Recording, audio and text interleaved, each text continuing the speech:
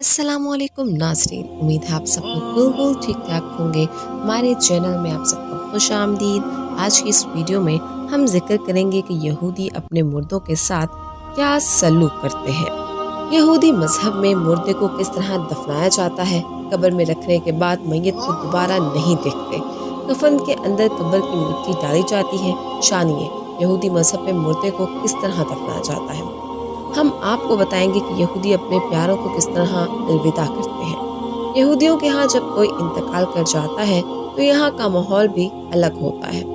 आमतौर पर जब कोई प्यारा बिछड़ता है इंसान की आंखों से आंसू झलक ही जाते हैं, लेकिन यहूदियों में प्यारे की मौत पर ऐसा नहीं होता। यहाँ जब कोई मरता है तो मुकम्मल तौर पर खामोशी इख्तियार की जाती है। रोने धोने के बजाय शम्में रोशन की जाती हैं और खामोश रहकर मरने वाले को याद किया जाता है, जबकि रोने धोने का काम गलत समझा जाता है। और यहाँ यहूदी अकीदे में मौत को अटल हकीकत को तस्वुर किया गया है, मगर साथ ही इसे संजीदगी से लिया जाता है। यानी जो मर गया उसके लिए रोने के बजाय खामोश रहकर आगे बढ़ना चाहिए। सब में यहूदी मैयत को फर्क पर रखते हैं और एक सफ़ेद चादर उड़ा देते हैं। साथ ही इस बात का भी ख्याल रखा जाता है कि मैयत को अकेला ना छोड़ा जाए और कोई ना कोई मैयत के पास ज़रूर हो, जबकि मैयत के पास ना तो कोई कुछ खा पी सकता है और ना ही पानी पिया जा सकता है। यहूदी मजहब में माना जाता है कि मरने वाला जब कुछ खा पी नहीं सकता, इसलिए उसकी रूह को तकलीफ नहीं पहुंचानी चाहिए और मैयत के पास कुछ खाना पीना नहीं चाहिए। जबकि मैयत के करीब रहने वालों को भी खास नाम दिया गया है, जिन्हें शो मीडियम कहा जाता है।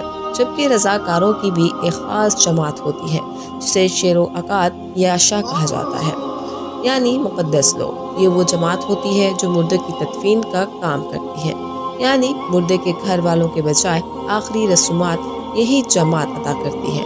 गुस्ल कफन भी दिया जाता है, लेकिन तदफीन यहूदी मजहब के मुताबिक की जाती है।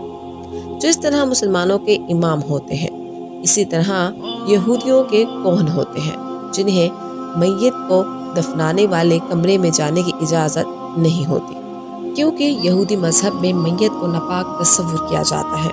मैयत की तदफीन जल्द अज जल्द की जाती है, जबकि मैयत को दफनाने वाले को हाथ पैर धोने के अहकामात भी होते हैं। साथ ही कफन पहनाने के बाद जब मुर्दे को ताबूत में रखकर एक बार बंद कर दिया जाए तो फिर दोबारा खोलने की इजाज़त नहीं है, क्योंकि इससे मरने वाले के दुश्मन उसकी बेचारगी को देख सकते हैं। यहूदी भी ताबूत बनाते हैं, मगर कुछ जगह पर ताबूत किया जाता है। जबकि एक और हैरत अंगेज रस्म ये भी है कि मरने वाले का करीबी कफन के अंदर कब्र की मिट्टी डालता है, ताकि मैयत का कब्र की मिट्टी से ताल्लुक बंधा रहे।